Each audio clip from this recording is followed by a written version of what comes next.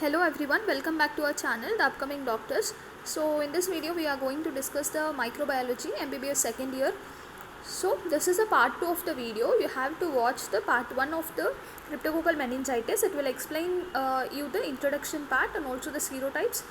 Okay, so clinical manifestations and the meningitis, all those I explained in the first video. So go through the first video and then come to this part 2. This video explains mainly about the laboratory diagnosis of the cryptococcal meningitis and also a few words about the treatment and also an extra edge. Okay, so in this part I will discuss mainly the laboratory diagnosis.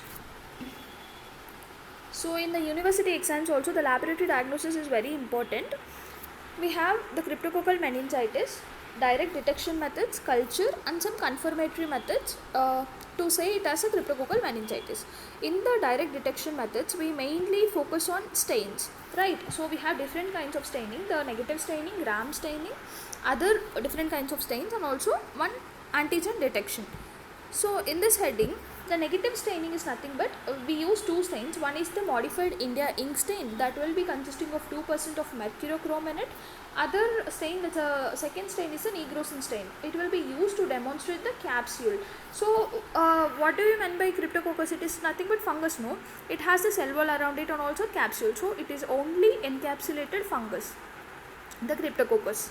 It has two species. We already discussed the Cryptococcus neoformans and Cryptococcus gutti, right? So around the cryptococcus we have actually what kind of form it is an yeast cell, right? It has yeast and also budding yeast. It will be having the capsule around it. So to demonstrate that capsule we use the negrosin stain, right?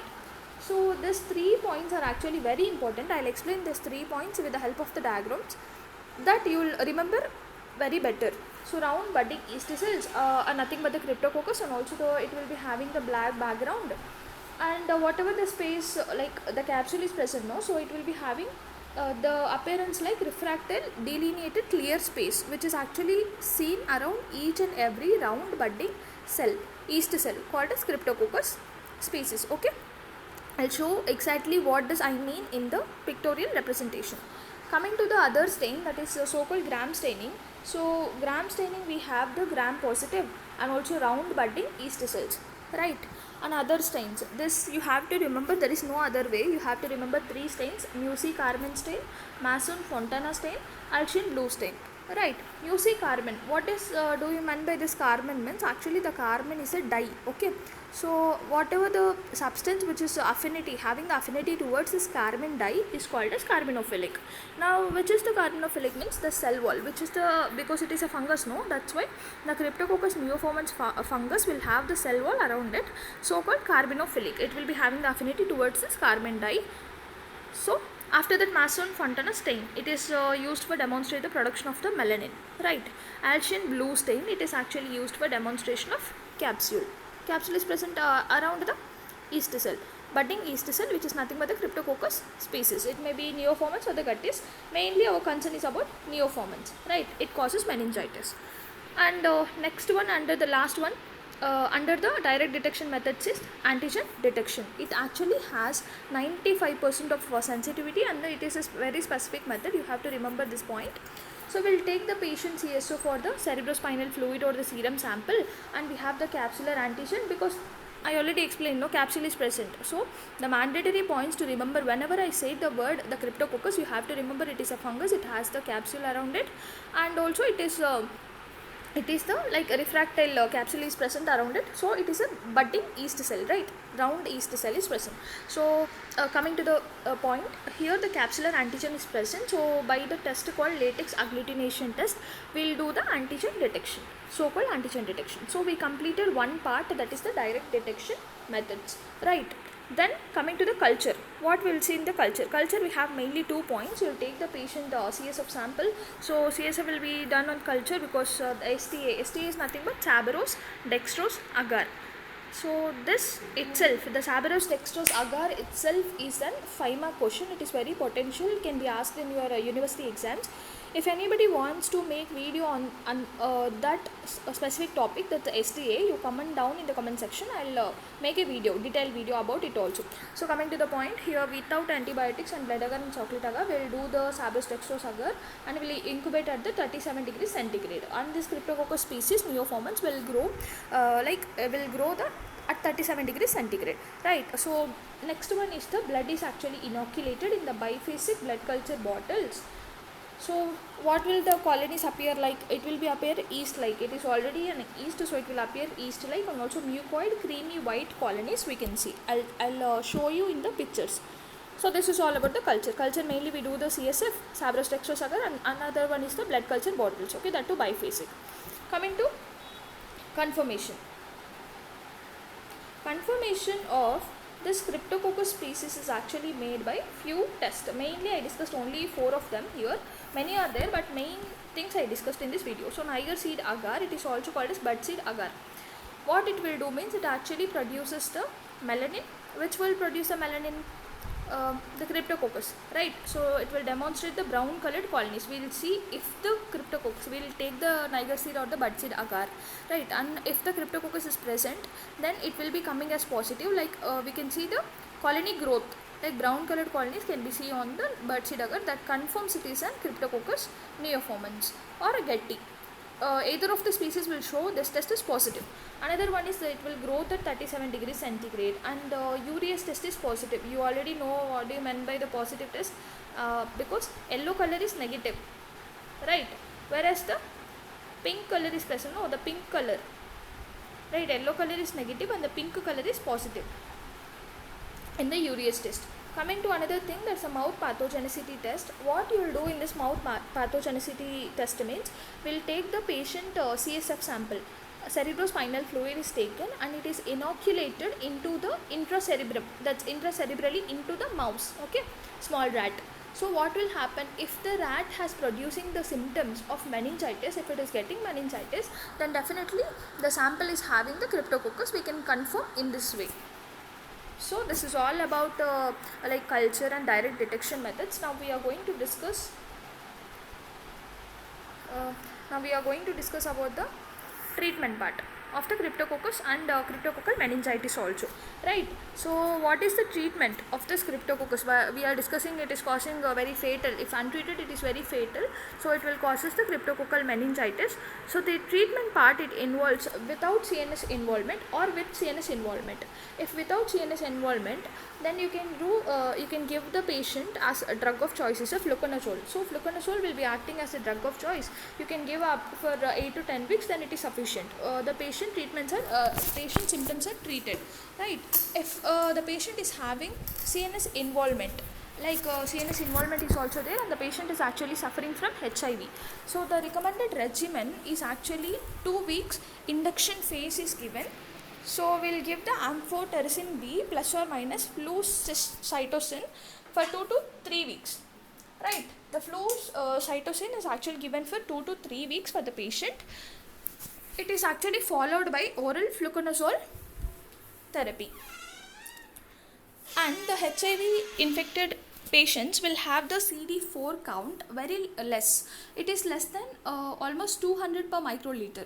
Okay, we have to give this oral fluconazole therapy because we have to increase, okay, the CD4 cell count should be increased for at least for 6 months. So we will continue this HIV. And then you remember another thing, a patient who developed the Cryptococcus previously is at lifetime risk of developing the Cryptococcus again and again. So we will not do anything, we will maintain the prophylaxis thing. The patient is immunodeficient, so we have to give the fluconazole prophylaxis lifelong. There is no any other treatment, so we have to give the fluconazole prophylaxis lifelong, right? So this is all about the treatment. Now I will show the pictures for you. Like Cryptococcus, yeah. So here you can see, this is the, I have to show this is the SDA, right? SDA, Sabrostrextrose agar, mainly used for every fungus. It will be growing on that. So here is our Cryptococcus neoformans, which can be seen as creamy white mucoid colonies. We can see now this creamy white mucoid colonies. All this is nothing but the Cryptococcus neoformans, which is actually growing on the Sabrostrextrose agar, right? by seeing the pictures you will get the very clarity regarding this Cryptococcus, right? So this is again another thing.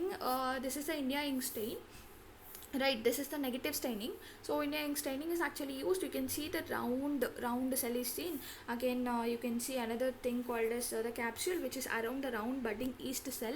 This capsule size is actually like diameter is there, no? This capsule diameter is almost twice as this round budding yeast cell. And also you can see this is the space, clear space is there, no? That will be something called refractile. Okay, refracted clear space which is actually seen around each and every budding yeast cell. Okay, this are the Cryptococcus neoformans colonies on the negative staining, right? Now we'll see another image. Yeah, this is actually the original image, which is a Cryptococcus neoformans colony characters on the STA. So you again see this white colonies, no, this creamy white mucoid colonies you can make out. This is nothing but the Cryptococcus neoformans on the Sabros dextrose agards. The colonies are presenting like this. You got it, right? Another thing, this is nothing but birdseed agar. This I'll explain again because this is an extra edge, right? You remember this, I'll explain. Here only the Cryptococcus, these all are brown color colonies. Here like a coffee color, no? This are brown color, chocolate brown. Okay, this is chocolate brown. You remember chocolate brown colored colonies, indicative of this is confirmation that the Cryptococcus neoformans or the gutti. It may be species, maybe we cannot identify it as whether it is Cryptococcus neoformans or Cryptococcus gutti, but we can say it is definitely pakka Cryptococcus species. Okay. So this is the birdseed agar or the Niger seed agar. This is very important. Remember, I'll give an extra edge to you at the end of the video. Again, this is a microscopic image. You can see, you can make out very clearly. I'll zoom it out. Yeah, this is the Cryptococcus. Okay, we'll see the first of all this one. Right, this is the round budding yeast cell, and again we can see the clear refractile space also around the yeast cell. Right. So we can make out the colonies of the Cryptococcus here and there. See, this all are Cryptococcus neoformans colonies. Yeah, okay, right.